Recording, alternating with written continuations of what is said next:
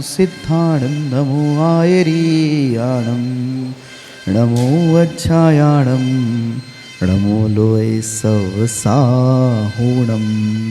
अनंतांत परम सिद्ध भगवान की जय। 1008 श्री आदिनाथ भगवान की जय। अंतिम तीर्थेश भगवान महावीर स्वामी की जय। आचार्य भगवान गुरुवर श्री विशुद्ध सागर जी महाराज की जय। मुनि श्री सुप्रभ सागर जी महाराज की जय। मुनि श्री प्रणत सागर जी महाराज की जय। मुनि श्री सौम्य सागर जी महाराज की जय। जय जन बंधुओं, आप हम सब यहाँ उपस्थित हुए हैं लोकप्रिय कार्यक्रम सम्यक समाधान के माध्यम के लिए। सम्यक समाधान एक ऐसा कार्यक्रम, एक ऐसा प्लेटफॉर्म, एक ऐसी सुविधा जिसके माध्यम से हम सभी लोग अपने मन में उठने वाले जो विकल्प है उन विकल्पों का सम्यक समाधान प्राप्त कर रहे हैं। और यह हमारा सभी का सौभाग्य है, परम सौभाग्य है कि साक्षात पंचम परमेष्ठी साधु परमेष्ठी के मुखारविंद से हम सभी लोग इस सम्यक समाधान कार्यक्रम का एवं अपने विकल्पों का सम्यक समाधान पान कर रहे हैं। कितने महान पल होते हैं जिस पल में अपने मन में उठने वाली जो अज्ञानता है, जो विकल्प है, उस विकल्पों का समाधान हमें प्राप्त होता है। और इस समाधान को देने वाले कोई नहीं, श्रवण मुनि सुप्रभ सागर जी है। मुनिषि के मुखारविंद से हम सभी लोग प्रतिदिन ये कार्यक्रम एवं सम्यक समाधान का पान करते हैं और अपने मन में उठने वाले विकल्पों का समाधान प्राप्त करते हैं। प्रतिदिन यह कार्यक्रम टीवी के माध्यम से, यूट्यूब के माध्यम से, फेसबुक के माध्यम से आप सभी तक पहुंचाया जाता है एवं उसके माध्यम से आप सभी लोग लाभान्वित भी हो रहे हैं और उनके माध्यम से आपके विकल्प भी हम तक पहुंच रहे हैं।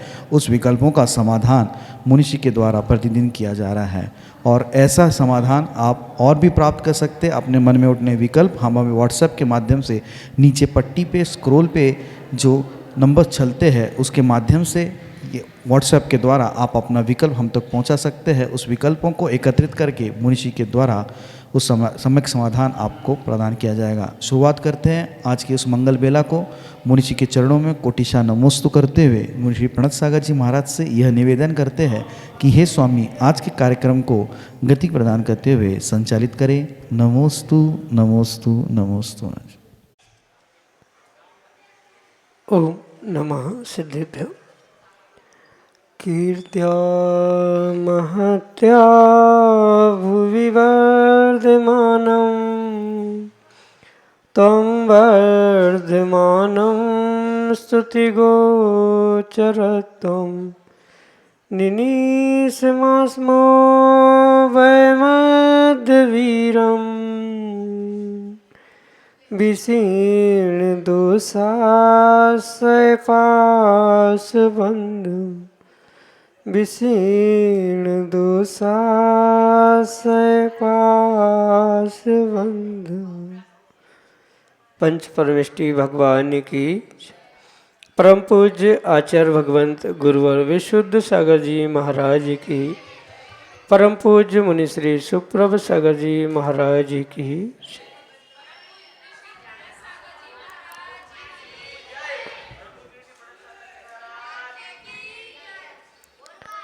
समीचीन विकल्पों का सम्यक समाधान, सम्यक ज्ञान की वह अनूठी विधा जो निश्चित ही हमारे मन को निर्विकल्पता की ओर ले जाने वाली है और वही मन की निर्विकल्पता आत्मकल्याण की प्राप्ति का कार्यकारी उपाय है। ऐसे आत्मकल्याण की वह अनूठी विधा समीचीन विकल्पों का सम्यक समाधान प्रारंभ करते हैं। और आज के पहले विकल्प के लिए आष्टा मध्य प्रदेश से डॉक्टर मगन जैन, श्रीमती चंदा जैन महाराज श्री के श्री चरणों में सपरिवार कोटि कोटि नमोस्तु निवेदित करते हुए अपना प्रश्न रख रहे हैं कि महाराज जी, परोक्ष वंदना भी दर्शन विशुद्धि में कारण बनती है, कैसे? हमारे समीचीन विकल्प का सम्यक समाधान करने की अनुकंपा करें। नमोस्तु महाराज जी, नमोस्तु। ओम नमः सिद्धम। परम पूज्य आचार्य भगवान गुरुवर विशुद्ध सागर जी महाराज की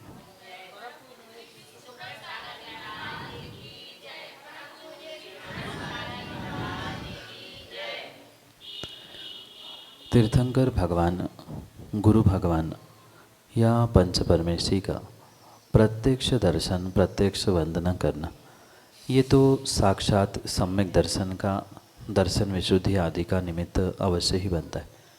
पर साथ में ये भी समझने की आवश्यकता है, जो परोक्ष वंदना होती है, यानी जहाँ साक्षात कोई तीर्थंकर अरिहंत या कोई परमेष्ठी नहीं होने पर भी उनके गुणों का स्मरण करते हुए उनको नमस्कार करना, उनकी वंदना करना, ये भी आगम के परिप्रेक्ष्य में उस सम्यक दर्शन प्राप्त करने के लिए निमित्त हो सकता है।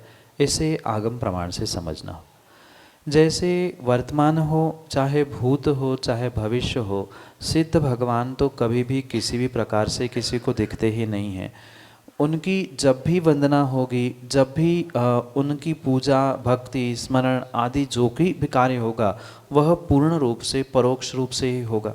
साथ में वर्तमान में माना कि कोई तीर्थंकर अरिहंत इस पंचम काल में भरत क्षेत्र में उपलब्ध नहीं है, तो क्या इस पंचम काल में भरत क्षेत्र में किसी भी जीव को सम्यक दर्शन या उस सम्यक दर्शन की विशुद्धि रूप वह दर्शन विशुद्धि नहीं हो सकती है क्या? अवश्य ही हो सकती है। तो उस पंचम काल के निमित्त को या ऐसे परिस्थिति को समझते हुए ये निर्णय करना होगा कि वहाँ प्रत्यक्ष अरिहंत, सिद्ध आदि कोई परमेष्ठी नहीं होने पर भी उनके गुणों का स्मरण करते हुए जो उनकी वंदना की जा रही है, उनकी भक्ति की जा रही है, उसके निमित्त से आपके दर्शन में विशुद्धि बन सकती है। दर्शन विशुद्धि का मतलब यही होता है, जो 25 दोष सम्यक दर्शन के कहे हैं, उन 25 दोषों का उपशमन होना या 25 दोषों का निराकरण होना, ये ही वास्तव में दर्शन विशुद्धि कही है। पर यहाँ ये बहुत अच्छे से विशेष रूप से समझने की आवश्यकता है। भले ही परोक्ष वंदना दर्शन विशुद्धि के लिए कारण बनती है, पर किसी भी प्रकार से तीर्थंकर पद प्राप्त करने के लिए जो 16 करण भावना भाने की आवश्यकता है, वहाँ परोक्ष वंदना कार्यकारी नहीं हो सकती। कहने का मतलब ये है कि अगर 16 करण भावना भाते हुए तीर्थंकर प्रकृति का आश्रयबंध कोई जीव करना चाहता है, तो उसके लिए नियम से साक्षात केवली, श्रुत केवली आदि का पादमूल होना आवश्यक होता है, और तभी उनके पादमूल में ही भाई गई वह 16 करण भावना उस जीव के लिए तीर्थंकर पद को या तीर्थंकर नाम कर्म को आश्रयबंध कराने के लिए कार्यकारी निमित्त बन सकती है। परोक्ष वंदना तीर्थंकर प्रकृति के आश्रयबंध के लिए निमित्त नहीं है, पर सम्यक दर्शन, दर्शन विशुद्धि आदि के लिए वह निमित्त बन सकती है। उनके स्मरण मात्र करने से तत्वों का श्रद्धान, सच्चे देवशास्त्र गुरु का श्रद्धान होते हुए सम्यक दर्शन भी प्रकट हो सकता है। और जो अन्य उसमें दोष लगते हैं, जैसे 8 शंकादि दोष कहे हैं आदि, उन सभी दोषों से भी निवारण परोक्ष वंदना से तत्वों की और सच्चे देवशास्त्र गुरु की वास्तविकता, उनके गुण का स्मरण, उनकी परोक्ष वंदना आदि करने से होने की संभावना हो सकती है। यही आपके लिए सम्यक समाधान। राजेंद्र शाह अमरावती महाराष्ट्र से महाराष्ट्र के चरणों में बारंबार नमोस्तु निवेदित करते हुए अपना समीचीन विकल्प रख रहे हैं कि महाराज जी, जो कार आदि वाहन में प्लास्टिक आदि की भगवान की मूर्ति लगाते हैं, तो उसमें क्या दोष है? हमारे समीचीन विकल्प का सम्यक समाधान करने की अनुकंपा करें। नमोस्तु महाराज जी, नमोस्तु।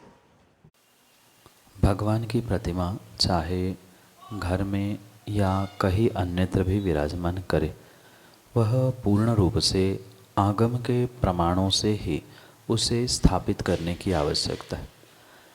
क्योंकि आचार्य भगवंतों ने स्पष्ट श्रावकों के लिए निर्देशित किया है, जो भगवान अरिहंत, सिद्ध आदि की प्रतिमाएं होती है, वह इस हुंडावसर्पणी पंचम काल आदि के निमित्त से मात्र तदाकार रूप ही स्वीकार होती है, और तदाकार प्रतिमा के अलावा भी वह विशेष धातु या विशेष पत्थर आदि से ही बनी है तो ही पूजनीय होती है। अन्य किसी भी प्रकार से भले ही वह भगवान की आकृति हो, प्रतिमा हो, चित्र हो, वह पूजनीय नहीं हो सकता। एक सम्मान का प्रतीक मानते हुए भगवान की फोटो, तस्वीर आदि तो लगाने में दोष नहीं है, पर जो अप्रतिष्ठित प्रतिमाएं होती है, जैसे कई सारे स्थानों पर घर में भी शोकेस में भी प्लास्टिक की, मिट्टी की, कांच की या ढली हुई ऐसी जिसका कोई आगम प्रमाण प्राप्त नहीं होता या जिसको आगम में निषेध कहा है, ऐसी प्रतिमा किसी प्रकार से विराजमान करनी ही नहीं चाहिए। चाहे गाड़ी हो, कोई वाहन हो, कोई घर हो, शोकेस हो, कहीं भी उसको विराजमान नहीं करनी चाहिए, क्योंकि जब आगम में आचार्यों ने स्पष्ट उसका निषेध किया है, भले ही वह तदाकार है पर ऐसी सामग्री से बनी हुई प्रतिमा हो या कोई वस्तु हो, उससे नियम से नेगेटिविटी ही प्राप्त होती। इतना ही नहीं, भगवान की जो माला आदि भी होती है, तो प्लास्टिक की माला, कांच की माला आदि फेरने से भी दरिद्रता प्राप्त होती है, ऐसा आगम प्रमाण है। तो इसी परिप्रेक्ष्य में ये भी समझे कि किसी कार, गाड़ी, घर में या दुकान आदि भी आप प्रतीक रूप में भी कुछ रखना चाहते हो तो फोटो तस्वीर रखे, पर कभी भी निषिद्ध ऐसे आगम में जिसका निषेध है, ऐसी ये प्लास्टिक की, कांच की आधी अधूरी पूरी किसी भी प्रकार से कोई भी प्रतिमा विराजमान ना करे। भले ही आप उसको पूज नहीं रहे हैं पर फिर भी वह रखने योग्य नहीं है, इसलिए वह विराजमान गाड़ी आदि में भी ना करे। यही श्रेष्ठ आपके लिए सम्यक समाधान। श्रीमती शीला जैन, सागर, मध्य प्रदेश से अगले समीचीन विकल्प के लिए। नमोस्तु मुनिश्री, नमोस्तु मुनि, नमोस्तु मुनिश्री। मुनिश्री, मेरा एक प्रश्न है। महाराज जी ने देखे, मेरा एक प्रश्न है महाराज जी। आज से कम 20 साल पुरानी बात है। आचार्य विश्वसागर जी महाराज जी जब भी आचार्य नहीं थे तब यहाँ उनका चौमासा हुआ था, तो हम सब जब उन्होंने चौका लगाया, आहार कराए, मगर हम लोगों के घर में चौकी पर पैर नहीं चले। और एक सज्जन है उनके यहाँ आहार करे तो चौकी पर पैर के निशान आए, धोने पे भी नहीं मिटे। और सब लोगों ने कहा कि अगर नहीं मिट रहे हैं तो इस्तेमाल नहीं करियो, मंदिर में रख दो। तो फिर चौकी मंदिर में रख दी। तो उनका कौन सा ऐसा पुण्य था कि जो उनके चरण, महाराज जी के चरण उनकी चौकी पर आए। नमोस्तु मुनिश्री, नमोस्तु मुनिश्री। किसी भी मुनि भगवंत को आहारों के उपरांत कुछ जो विशेष घटनाएं घटती है, जैसे पुराण ग्रंथों में मुनिराजों के आहारों के उपरांत पंचाश्चर्य होना आदि जो भी घटनाएं देखने में आती है, वह कहीं न कहीं पिछले जन्म के सातिशय पुण्य के उदय से ही हुआ करती। मात्र वर्तमान की ही भक्ति, वर्तमान का ही पुण्योदय नहीं, अपितु पिछले कई भवों का पुण्य जब एकत्रित होता है तब जाके कभी निर्ग्रंथ साधु का पड़घान उस श्रावक को प्राप्त होता है, उससे भी कई अधिक पुण्य का उदय होता है, तब जाके निर्विघ्न आहार उस श्रावक के घर में संपन्न होते हैं। उससे भी कुछ विशेष पुण्य जब उस श्रावक का, दाता का होता है, तभी जाकर ऐसी विशेष घटनाएं उस व्यक्ति के यानी उस दाता के घर में घटित होती। जैसे आचार्य भगवंतों के उस चरण का उछलना, उस चरण निशानों का बनना, ये तो कई सारे स्थानों पर घटित होते हुए देखने में आया है। पर ये ध्यान रखें कि दाता की जब तक परम विशुद्धि दान देने की नहीं होती तब तक ये उत्कृष्ट कार्य नहीं होते। जो भी दान देने की ये व्यवस्था है वहाँ माँ ये बहुत अच्छे से समझना होगा। दान देने का मतलब एक फॉर्मेलिटी नहीं है, एक व्यवहारिकता नहीं है, हमारे घर में आए अतिथि हलो खाओ और जाओ, इस प्रकार से भाव रखने वाले। या बहुत सारे ऐसे जीव होते हैं कि दिखाने के लिए हम सेवा करते हैं, हमने चौका नहीं लगाया तो कोई कुछ कह देगा इसलिए चौका लगाने वाले होते हैं, कुछ इसलिए चौका लगाते हैं कि नहीं हमें तो पहले दिन बड़े महाराज के कराने आदि। इन किसी भी विपरीत कारणों से अगर व्यक्ति ने पड़गान किया है, चौका लगाया है, आहारदान किया है, तो उसके घर में ऐसे अतिशय होते हुए नहीं देखने में आते। जबकि वे ही भगवंत, आचार्य भगवंत, वे ही मुनि भगवंत होते हैं। पर प्रत्येक जीव का जो पूर्व नियोग पुण्य का होता है और वर्तमान में उनकी जो भावों की विशुद्धि वहाँ पर होती है, उसके निमित्त से ही ये विशेष घटनाएं घटित होते हुए देखने में आती है। उस जीव का तो कई भवों का सातिशय पुण्य था ही, जिनके उस चौकी पर पैर उछले थे, चरण चिन्ह बने थे, वो तो पुण्य का उदय था ही। पर पिछले पुण्य के उदय के साथ ये भी ध्यान रखें कि दान देते समय उसी दिन क्यों उछले। आगे पीछे भी कभी हार हुए होंगे और भी उनके महान आचार्य भगवंत या मुनि भगवंतों के हुए होंगे। ये पूर्व कर्म के नियोग के साथ तत्क्षण उन दाता की जो विशेष विशुद्धि थी उसके निमित्त से ये कार्य होता है।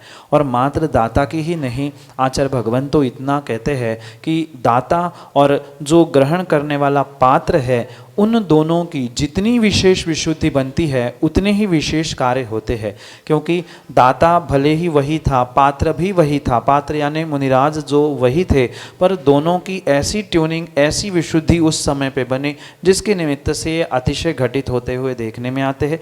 चाहे पुराणों में आपने पंचाश्चर्य के विषय में सुना हो या वर्तमान में ऐसे चरण चिन्ह के उकरने के विषय में सुना हो, देखा हो, ये पूर्ण रूप से पिछले कई भवों का पुण्य जब दान देने की तीव्र भावना से उन्होंने बनाया था, वह भावों की विशुद्धि, तीव्र पुण्य एक साथ जब उदय में आता है दाता का और पात्र का, तभी अतिशयकारी घटनाएं घटित होती है। यही आपके लिए सम्यक समझ।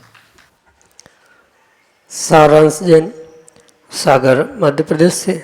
अगले समीचीन विकल्प के लिए मेरा दोनों मुनिराजों के चरणों में बारंबार नमोस्तु नमोस्तु नमोस्तु। हमारा श्री मेरा विकल्प यह है कि मुनिराजों के नाम के अंत में सागर क्यों लगता है। मेरा इस समीचीन विकल्प का सम्यक समाधान करने की कृपा करें। नमोस्तु महाराज, नमोस्तु नमोस्तु। ये वर्तमान की जो व्यवस्थाएं बनी है, प्रत्येक मुनिराज के नाम के आगे सागर लिखा जो अधिकांश रूप से प्राप्त होता है। ये ज़रूरी नहीं है किसी आचार्य भगवंत के ग्रंथों में उसका विषय प्राप्त हो, क्योंकि वर्तमान में भी बहुत सारे ऐसे मुनिराज हैं जिनके नाम के आगे सागर नहीं है, किसी के आगे ऋषि, किसी आगे कीर्ति आदि भिन्न भिन्न प्रकार से ये परंपराएं आचार्य भगवंतों ने अपने अपने संघों के निमित्त से प्रारंभ की। पूर्व काल में जो श्रावक जैसा वैराग्य को प्राप्त होता था वह मुनि संघों में आचार्य भगवंतों के पास पहुंचकर दीक्षा लेता था और उसी नाम से ही उन मुनिराजों का नाम चलता था। किसी प्रकार से उनके नाम के आगे कोई विशेषण नहीं लगाया जाता था। आपने अगर पूर्व काल के मुनिराजों के विषय में उनके नामों के बारे में सुना होगा तो मानतुंग स्वामी थे तो उसके आगे कोई सागर नहीं था, वादिराज सूरी थे तो उनके आगे भी कोई ऋषि, कीर्ति आदि कुछ भी नाम नहीं था। तो ये वर्तमान की परंपरा है, क्योंकि पूर्व नाम के संस्कारों के निमित्त से उस जीव को पुनः पुराने संस्कार याद आ सकते हैं। इस कारण से नाम का वर्तमान में परिवर्तन होता है और कुछ एक स्टैंडर्ड फॉर्म बन जाए कि भाई पता चले कि मुनिराज इस नाम से ए प्रचलन में आए। इसलिए ये व्यवस्था वास्तविकता में बहुतांश जगह पे बनाई जाती है। जैसे माताजियों के भी निमित्त से आपने देखा होगा तो किन्हीं संघों में मति शब्द जोड़ा जाता है, कहीं श्री शब्द जोड़ा जाता है। तो ये भिन्न भिन्न संघों की भिन्न भिन्न परंपरा है, पर मात्र एक विशेष आइडेंटिटी, एक विशेष प्रसिद्धि मिले कि भाई ये मुनिराज है, इसलिए इन नामों के साथ वह विशेषता सागर, कीर्ति आदि जोड़ते हुए उसका नामांतरण वर्तमान में किया जाता है, नाम बदले जाते हैं। पूर्व काल में नामों का बदलना आवश्यक नहीं था, क्योंकि पर्याय मतलब अवस्था बदलते ही उनको भावों की बदलने की दृढ़ता होने से वे सहजता से वैराग्य के मार्ग पर चल जाते थे। पर वर्तमान में पुराने ही नाम अगर रखे जाए तो पुराने नामों के साथ जो जुड़ी हुई स्मृतियां हैं, यादें हैं, वह पुनः पुनः याद आकर व्यक्ति वैराग्य में दृढ़ नहीं रह सकता। इस कारण से ही वह नामों को बदलते हुए वर्तमान में ये सागर आदि जोड़ने की परंपराएं बनी हुई है, क्योंकि वे वास्तव में ज्ञान के सागर होते हैं, चर्या के, चारित्र के सागर होते हैं। इस अभिप्राय से भी वह बहुत बड़ी विशालता का प्रतीक प्रदर्शित करने के लिए नाम के साथ उनके सागर जोड़ा जाता है। यही आपके लिए सम्यक समझ। आयुषी जैन, सागर, मध्य प्रदेश से। अगले समीचीन विकल्प। द्वय मुनिराजों के चरणों में मेरा त्रय बाण नमोस्तु नमोस्तु नमोस्तु।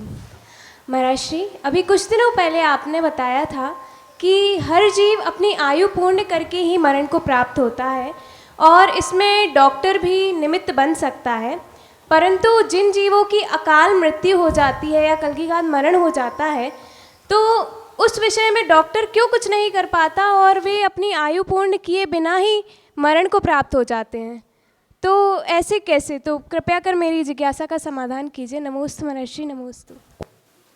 हाँ, ये परम सत्य है कि किसी भी जीव की मृत्यु आयु पूर्ण हुए बिना होती ही नहीं है। उसके लिए डॉक्टर, वैद्य, मंत्र, गुरु आदि ये सब कुछ निमित्त तो हो सकते हैं, पर सब कुछ नहीं हो सकते। जो अकाल मरण की या कदलीघाल मरण की व्यवस्था आगम में बताई है, वहाँ भी ये अवश्य समझे कि वहाँ भी आयु पूर्ण करके ही जीव की मृत्यु होती है।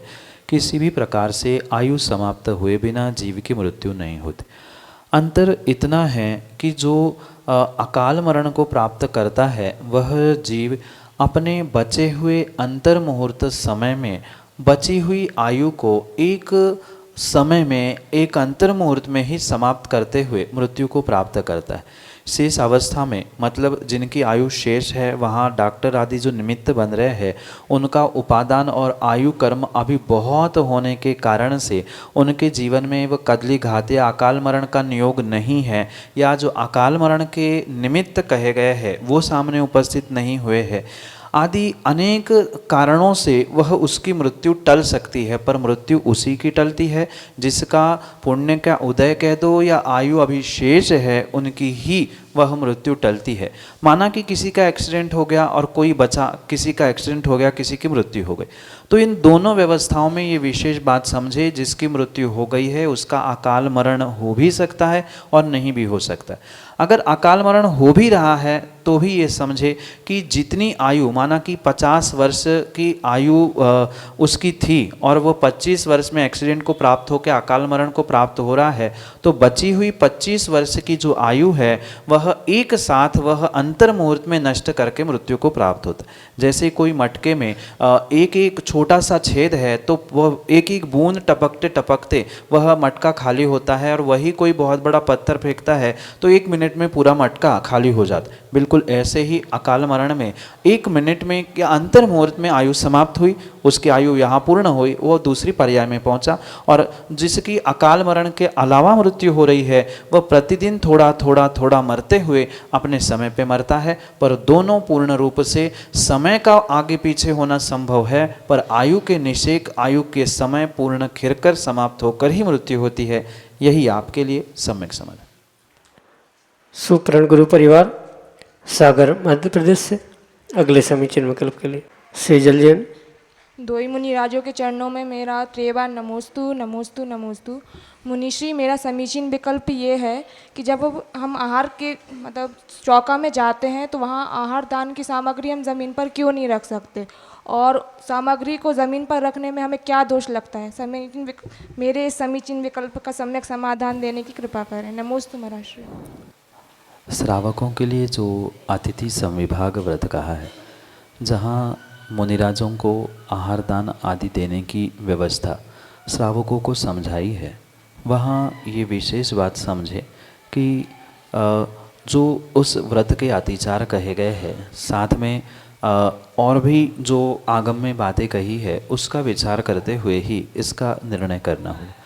क्योंकि भूमि किस प्रकार से है, कितनी शुद्ध है, क्या है, इसका उस समय पर निर्णय करना संभव नहीं है। और स्वाभाविक सी बात है, जिस पर व्यक्तियों के पैर आ रहे हैं, जो उसी पे चल रहे हैं, तो वहाँ स्वाभाविक रूप से मिट्टी, कीटाणु, जीव जंतु आदि की होने की पूर्ण रूप से संभावना है। अगर वहाँ पर आपने वह सामग्री रखी है तो आचार्य भगवंत कहते हैं कि वह भूमि सचित्त होने की संभावना है, क्योंकि आपने उसे पूर्ण रूप से अचित्त तो किया नहीं है। और उस सचित्त निक्षेपण यानी उस पर आपने जो सामग्री रखी है वह भी सचित्त होने की संभावना है। साथ में जमीन पर जो अशुद्धि थी, उस अशुद्ध द्रव्यों के निमित्त, अशुद्धि के कारण से जो सामग्री या बर्तन आपने जमीन पर रखा है वह भी अपने आप अशुद्ध हुआ है। इतना ही नहीं, वास्तविकता में कायदा तो यही था कि जो धोती, दुपट्टे या साड़ी आदि वस्त्र आप सोले में पहनते हैं उनका भी ज़मीन से स्पर्श नहीं होना चाहिए। अगर वो ज़मीन से स्पर्श हो रहे हैं, चाहे रास्ते पे चलते हो, चाहे घर आदि में हो, तो वो भी अशुद्ध ही मानी जाती है। तो वहाँ जीवों की हिंसा हो रही है, नहीं हो रही, भले ही जीव मरे ना मरे, पर वह प्रमाद होने से हिंसा के लिए निमित्त है। वही अगर जो सामग्री आपने ज़मीन पे रखी है वही उठा के पुनः थाली में रखी, थाली में दूसरी सामग्री थी, उसकी मिट्टी, उसकी धूल, उसके जीव, उसके कीटाणु उसके साथ मिले, वही आपने मुनिराजों को मन शुद्धि वचन शुद्धि, अब काय की शुद्धि बची, फिर भी आप दे रहे हैं। तो इन सभी बातों से और इन सभी दोषों से बचने के लिए पूर्ण रूप से निषेध किया है कि सीधी कोई भी सामग्री या बर्तन ज़मीन पे नहीं रखना चाहिए। उसके नीचे कोई पाटा हो, कोई थाली या कुछ ना कुछ ऐसी सामग्री हो जिसके आधार पर वह सामग्री रखे, तो ही उस आगम के दोषों से आप बच सकते हैं। यही आपके लिए सम्यक समाधान। अर्चित जैन, सुप्रण गुरु परिवार, सागर मध्य प्रदेश से अगले समीचीन विकल्प।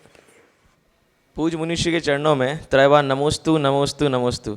मुनिषि, मेरा ये विकल्प है कि हमारे WIT जैन टेम्पल में हम लोग अक्सर बोरिंग के पानी से ही अभिषेक किया करते हैं, तो हमारे यहाँ पे उपलब्ध नहीं है कुएं का पानी, तो उसमें क्या दोष हमको लग रहा है और उसमें क्या चेंज कर सकते हैं, क्योंकि हमारे पास दूसरी कोई व्यवस्था है नहीं पानी को यूज़ करने की। तो हम लोग तो ये मानते हैं कि जो बोरिंग का पानी है वो शुद्ध मान रहे हैं, क्योंकि उसमें किसी का हाथ लगता नहीं है और ज़मीन से डायरेक्ट आता है। तो कुएं का पानी क्यों हमेशा शुद्ध माना जाता है अभिषेक के लिए? मेरी समीचीन विकल्प का सम्यक समाधान करने की अनुकंपा करें। नमोस्तु मुनिषि, नमोस्तु। भगवंतों का अभिषेक और मुनिराजों के लिए आहार दान, इन दोनों के निमित्त से मात्र कुएं के पानी की ही शुद्धता आगम के परिप्रेक्ष्य में स्वीकार की। भले ही आप ये मानते हैं कि उस बोर से आने वाला पानी किसी का स्पर्श नहीं हो रहा है इसलिए शुद्ध है, पर वास्तविकता ये नहीं है, क्योंकि पानी की शुद्धता उसके छानने के बाद ही होती है। और जो पानी बोर से आता है, पहले ही जो छोटे जीव उसमें हैं, उस त्रस जीवों का तक वहाँ पर मशीन के प्रेशर से घात होता है। आप उसके कलेवर को छान कर उसे पानी शुद्ध कैसे मान सकते? इसलिए तो बोर का पानी तो किसी प्रकार से शुद्ध हो ही नहीं सकता। जो त्यागी व्रती है वो भी, और मुनिराज के आहार दान या भगवंतों के अभिषेक के निमित्त से मात्र और मात्र छना हुआ प्रासुक कुएं का पानी ही प्रयोग करने योग्य है, अन्य कोई भी पानी प्रयोग करने योग्य नहीं।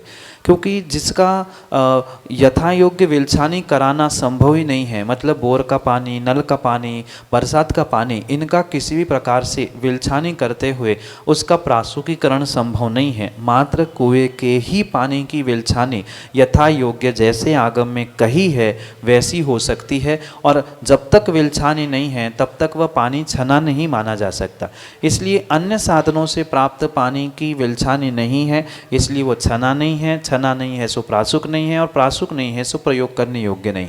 भले ही कितना ही उसको किसी का स्पर्श नहीं हो, कोई अंदर झांक नहीं रहा है, पर प्रेशर से जो जीवों की हत्या घात वहाँ हो रहा है, और उसी पानी से आप अभिषेक या आहारदान आदि कर रहे हो, तो वह पूर्ण रूप से दोषपूर्ण ही है।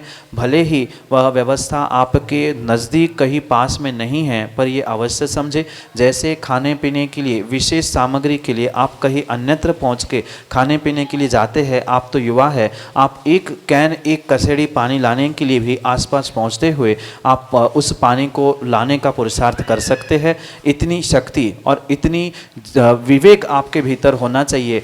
कर ही रहे हैं तो विवेक पूर्वक करेंगे तो उसका सातिशय पुण्य मिलेगा, अन्यथा जितना पुण्य कमाया उससे अधिक पाप कमा के हम सब न्यूट्रल कर रहे हैं। यही आपके लिए सम्यक समाधान।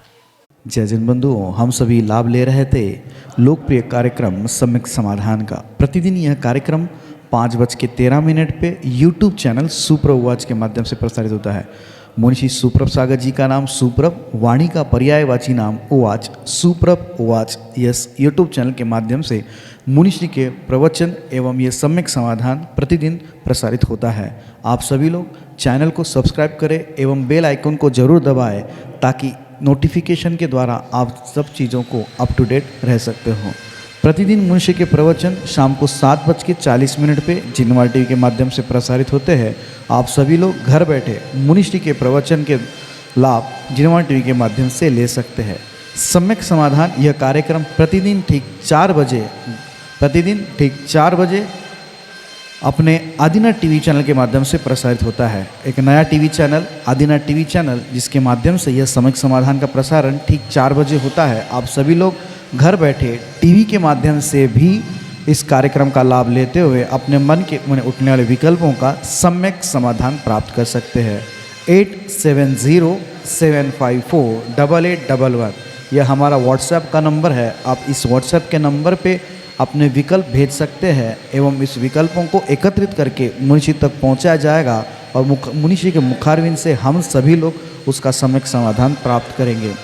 अगर आप व्हाट्सएप से टाइप नहीं कर सकते हो तो एक कागज़ पेन पे अपना नाम, अपने शहर का नाम, अपना विकल्प लिख के उसकी फ़ोटो खींच के आप हमें व्हाट्सएप कर सकते हैं एवं उस फ़ोटो को व्हाट्सएप के द्वारा हम तक पहुंचा दें एवं उसके माध्यम से आप अपने विकल्प हम तक पहुंचा सकते हो।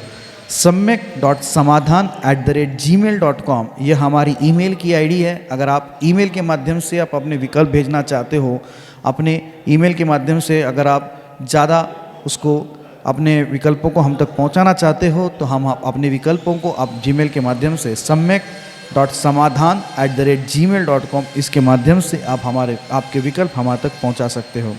प्रतिदिन मुनिषी के प्रवचन 2:30 पे आदिनाथ टीवी चैनल के माध्यम से भी प्रसारित होते हैं। आप सभी लोग आदिनाथ टीवी चैनल के माध्यम से भी मुनिषी के प्रवचन का लाभ ले सकते हैं। आज के लिए इतना ही। ऐसे ही नाविन्यपूर्ण विकल्पों के साथ हम आप तक पहुंचते रहेंगे। तब तक आप देखते रहे सुप्रभुवाच। आप सभी को जय जिनेन्द्र मुनिषी के चरणों में कोटिशा नमोस्तु नमोस्तु नमोस्तु।